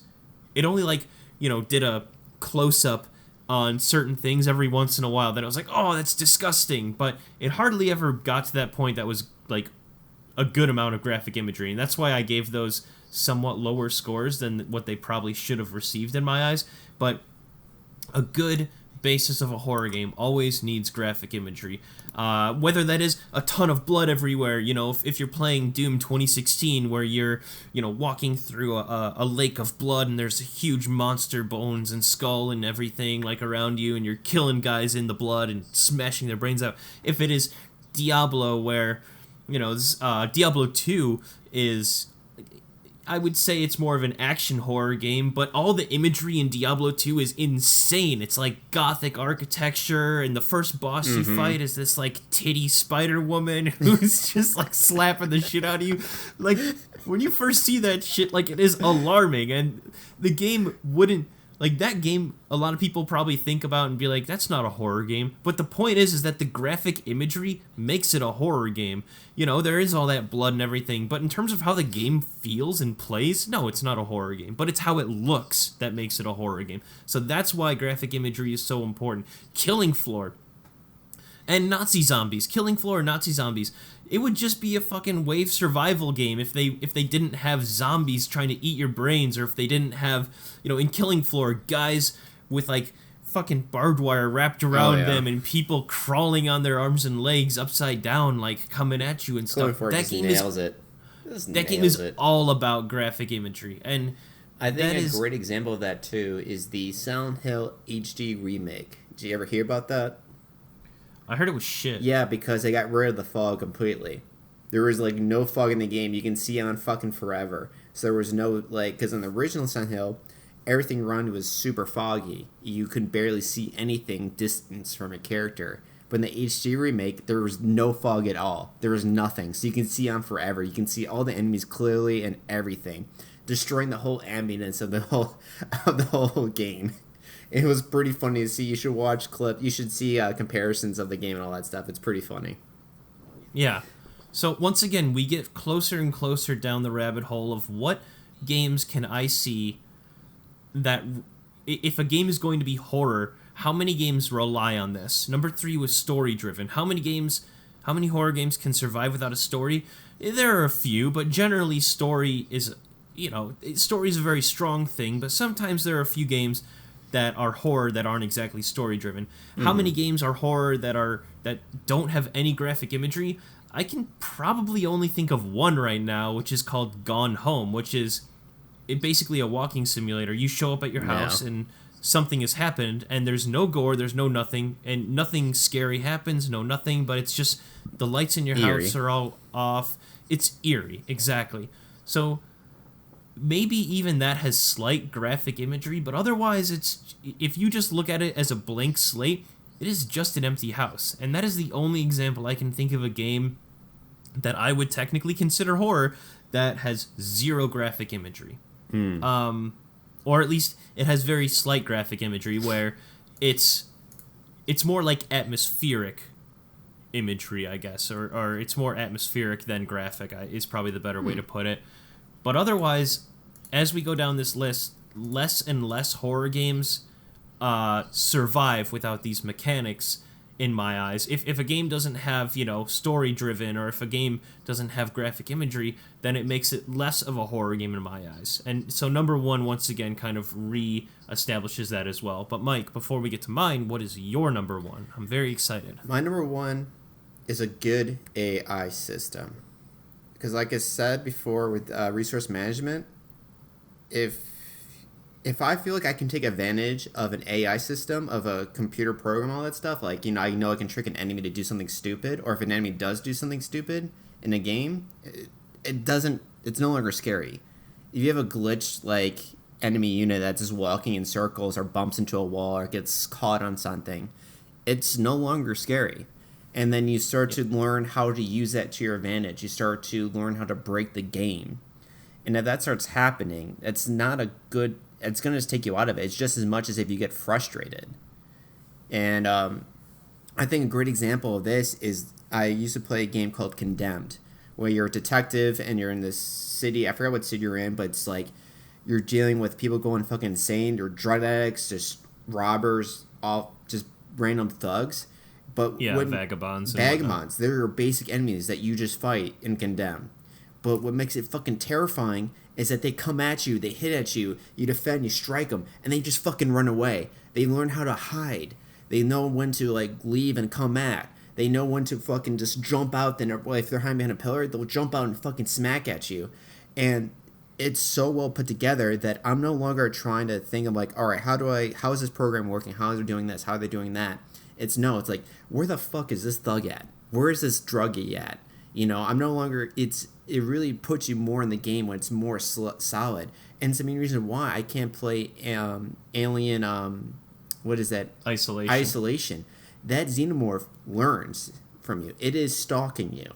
It is, sure, it's tethered to you, but it is still roaming around, and it is looking for you, and it will learn. And there is no tricks that you can constantly use against this creature. This AI learns, and so, like, if you use, like, a flare gun constantly, it'll learn no longer to be afraid of the flare gun. It will come at you then. So you have to learn with this creature. And it's just like, once again, I just can't say it enough, especially if you can't defend yourself, like in Alien Isolations and in other games. If you just constantly run into a bad AI system, it fucking ruins everything then. It's like, all right, this is not scary. I'm not really fighting this creature or this zombie or this a sane person. I'm fighting this. You just start thinking, like, I'm just fighting the game now. You're no longer in the game. You're just fighting the game. And I just feel like that's just, like, a huge important thing to realize is that, and that's when I really appreciate when people put these great interfaces or have the ability to hide these flaws in games and stuff. But a good solid AI, I think, is the most important thing in a horror game to be truly scary and effective. It's a good one. Because if you just have a bad AI, that means you have a bad monster. You have a bad protagonist, and that's like one of the main things in a horror game. And if it's not programmed right, it's like, well, okay, it just becomes a joke in the end. Well, this is kind of, it's not a huge issue because I still like Killing Floor, but this is a problem that I do have with Killing Floor is that when things do spawn in, they basically just walk in a line towards you because their AI is just like, take the path of least resistance, and there's no deviation from that. So, like, you see them all in a line walking at you in this game. It's like League of Legends whenever monsters spawn out. Like, unless they directly run into something, they're just gonna stay in that line up until they get to you. It's kind of it's silly. Yeah, and that's why, like, Killing Floor is not that scary. It's just like you said, they're just running a line. They're just walking towards you and all that stuff. Yeah, Killing Floor has every reason to be a horror game, except it's just simply not scary. Yeah. And a lot of that is because the AI isn't supposed to be really fluid or really dynamic. It's not like they're, like, running up the word. walls, coming at you, like, they're not trying to zigzag or serpentine your bullets. No, they're just walking straight towards you. It's like the only reason why you miss is because, their heads are swaying because they're walking. It's very... That's why just like you could just it's just a whole different thing when you have a good AI or a solid way of hiding a bad AI. Sure. But yeah, so that's my number one. It just even though it's like I know it wasn't as much as resource management, but just for overall, it just like you just need that. If you have a solid AI, you can have a bad resource management, you can have a bad menu interface, you can have a bad like hiding system. If your AI is clever and smart on stuff, that adds like a whole new aspect. I absolutely love it when I know that I can't trick the system. If I can't trick the game, it's just like a whole thing. Because a lot of times I fall into that a lot. I'm like, all right, how do I trick this thing to work in my advantage? But if you don't have that ability, it adds a whole new play to it. You know, sure. No, that makes perfect sense. You try to use more of what they actually try to give you, and I just have much more high respect for it too. Mm-hmm. But yeah, that's my number one. What's your number one? My number one is survival. So that's a good one. We're basically touching on this already. So if you have to conserve your ammo or replenish your ammo, if you have to sneak around because of overwhelming amounts of enemies or something. Right. Basically, survival means that the odds are always against you. So that's the core of any survival game to me, is that you have to feel like you are facing an unmatched enemy. Whether that is shooting a couple of them and running away, whether that is doing some sneak attacks, whether that is, Doom laying down a bunch of guys, the point being is that if you faced everything all at once, you would absolutely die. Yeah, I feel like it relates well with my resource management, and I totally agree. It's nice to have that thought, and it's a great thing to be afraid of. Yeah. You can never feel in control. So survival is my number one. Games that do this very well are games like Amnesia, as I've mentioned before, Resident Evil. Once again, not exactly horror in terms of their like, I would say graphic imagery. They kind of go over the top with their acting and their graphic imagery that it's not that scary, but it does feel more action-packed and it is more survival-based. That's kind of where the intensity comes from. Games like Condemned do this very well, where, as Mike was just saying, the guys will hit you and run away, and there is no real way to just manage that. I mean, it's just survival in the sense that you have to always be aware of everything going on around you. It's so frustrating, but in a good way. It's like, because I know I said frustrating takes you out of it, but it's, so I guess it's just done right. It's all fair. It's done perfect, yeah. It has to sense. be. It's like you said. It has to be concerning. You have to know that the guys are there, and there has to be a way that you can generally premeditate their attack. But otherwise, it's because you're also in Condemned. You're this big bulking cop guy who should be able to defend himself, and then like these thugs and druggies know this because like they're usually scrawny people, and it's kind of just like, I don't know. It's a whole feeling. I had to replay that game again. Condemned 1 is a fantastic horror game. It is just top notch. And just that feeling alone of just, like you said, of just surviving these assaults. It's hard to get it right. But if you get it right, you make a good game. Yeah. Survival is what I would think is the basis of any game. Left 4 Dead, once again, that is a horror game, and that is all about survival. If you go loud and proud in that game, you're probably gonna fucking die. 7 Days to Die, same thing. If you go loud and proud, if you're killing everything, you're gonna run out of ammo, and then you're gonna fucking die. But I think even games that aren't inherently horror games, once they have a survival element to them, then they have moments of being a horror game. Yeah. For example, Minecraft, I would not consider a horror game, but there are moments when you're down in the caves, when you turn around and there's 2 zombies and your guy goes, like taking the hits, and you start freaking out. And the reason that you're freaking out is because your survival instincts kick in. I think at the very basis of horror and being scared, your survival has to be threatened. Of course. So that's what I would think is my number one. Good. Nice. And so, to read at my side, my top 5, I have hiding system, effective, good cover system. Like a sneak. Yeah. Number 4, a menu interface. Very important to have because a menu interface is something that's a major part of video games. You don't realize that until they switch it up on you. Number 3, VR. I don't know if it's the most important. I don't know if it's the least important. I don't know if I love it or hate it. But I know that it's a very important mechanic that'll bring horror games to a new level. And it's just something I think deserves to be in the top 5 because of that. Well, like you're touching on immersion with VR, Yeah. which is a very strong thing. And yeah, the more like games are all about being immersed. And VR is basically the next step of immersion It for is, us. yeah. So yes, absolutely. It's a pinnacle at the moment. Number 2, resource management. I think I've nailed it well before. It's just like when it makes you use, when everything that you use seems the most important time to use it. You know, it must matter to use it. Makes everything matter, even the smallest item, the smallest thing that decide to not to pick up something or to drop something to pick up that's there. And then my number 1 is just a solid good AI, and there's just not much to say about that. If you just have a shitty AI, it's not fucking scary. It's not. It's a joke, and if it's a joke, it's not scary. And then that's all I can say about that. No, that's a good one. I'm actually angry at myself that I didn't put that somewhere on this list because an AI it was really hard for me to put that in there, and then it was just like when I finally nailed when I was talking about the research management, when you reach that frustration, it's no longer scary. You're out of it.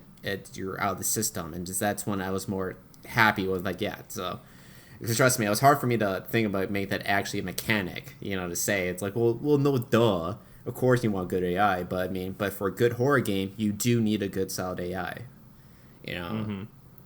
But yeah. Well, have you ever seen some of those times when the game Amnesia glitches out and the monster is just kind of standing there? It totally breaks all of the horror aspect. Because you're always trying not to look at it, and all of a sudden when it does it, you can just straight up look at it, and then all of the fear's gone. You know what the whole creature looks like, and that's what Amnesia does well. It looks so dumb too. Yeah, it does.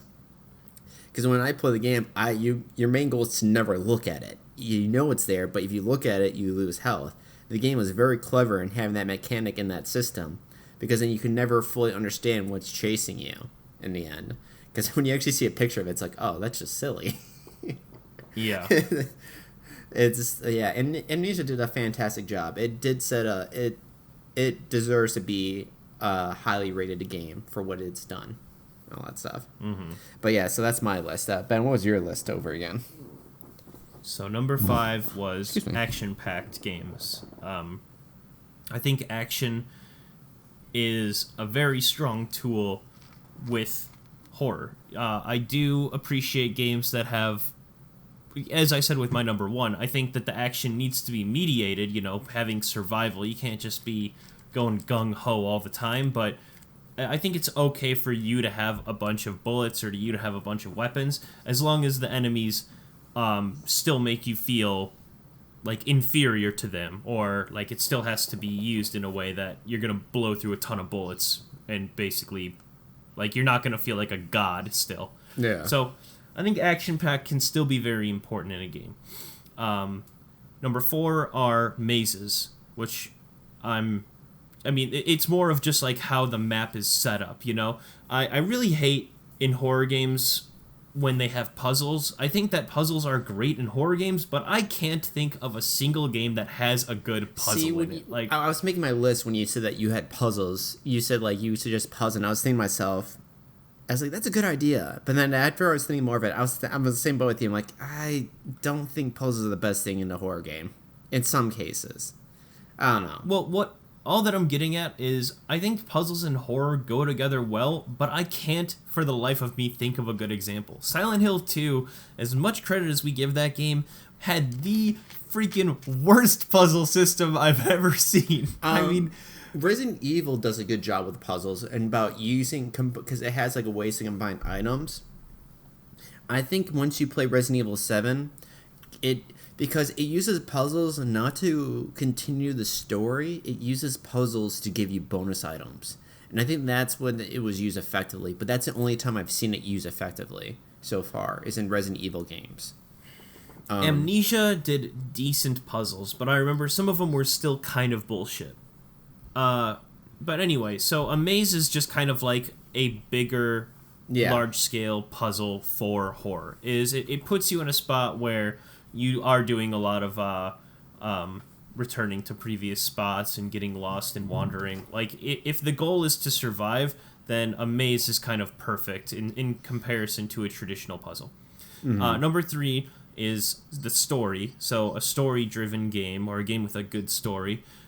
Number 2 is graphic imagery, and that may sound, once again, like a obvious one to say, but it does sell the idea of horror. It's hard to have a horror game without having, like, rotting food on the table and flies all around it, or like, a dead body in the corner, or just like blood everywhere or something. Even if it's subtle, you need to have those moments where it does get grotesque. Even something as simple as an abandoned house can be on a small scale graphic, as we were talking about with Gone Home. Or it will, like, maybe instead of graphic imagery, maybe I should say atmosphere is probably a better way to put that, but give or take, however you want to use that. And then number 1 is survival. So you always have to feel like the odds are against you. If you have a ton of bullets, the enemy should just, have like several phases that it transforms into, or it can basically take all those bullets. If you are going to have an invincible enemy, like, that basically solves its own problem, because you're always going to feel like the odds are against you. But you always have to feel like you have the lower hand, or you have the worst hand. So those are my number 5s. I've got no honorable mentions. What about you, Mike? No, but I would like to try back on your third is the story. I think that also story, like you said, I think that one's quite very important, and I think most because it goes back to when we're talking about horror movies, like The Midnight Man, was that, like, the characters were so stupid that it was no longer scary. And the same thing we said with video games, like, if there's no really solid reason to be going, it does kind of take you out of it a bit. So I think that story is a very solid thing, but like you said, sometimes story doesn't matter for a game to be scary, but if the story is solid also, it will make the game even more scary because it gets you more into it. And, it takes you into it, brings you more into that world.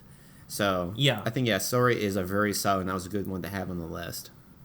Story's kind of like puzzles, where horror games, for one reason or another, have a pretty hard time telling a good story. I can think of more horror games that have a bad story than horror games that have a good story. But the games that do it well do it very, very well. They shine, but that's the thing. If it's a hard thing to nail, but once it's nailed, it is known and it's appreciated, which is nice to see at least. Excuse me. But no, I have no honorable mentions myself. Yeah. I don't know. When we first mentioned this one, I was unsure how good of a list that this was going to be. I mean, it's such a subjective thing to talk about horror mechanics, but the more that we got into this, I liked this one quite a bit. Yeah, me too. I enjoyed this one. I as well. I was in the same way too, but as soon as we got into it, I was like, yeah, this is actually solid, conversation. I actually like this a lot. I was a little bit worried about mine until I found I was actually bouncing them off with you and all that. So I was like, okay, yeah, these are actually solid. Nice. Yeah. In terms of our next week's top 5, we're going to do classic horror films. So if you remember, 2 years ago, we did modern horror films, which was post-2000. So give ourselves like a 20-year time period to pick 5 movies. Now we're going to do pre-2000. So we were talking about, Halloween and Child's Play earlier. Like, those are the movies that you could choose to put in this list. Basically anything previously from 2000. Yeah, I'm pretty excited for that, to actually go through the list and all that and see what I find. There's so many. I'm afraid that we're going to run ourselves shy, or we're going to have, like, a ton of honorable mentions. It's going to be an extra longer podcast, which I'm totally fine with.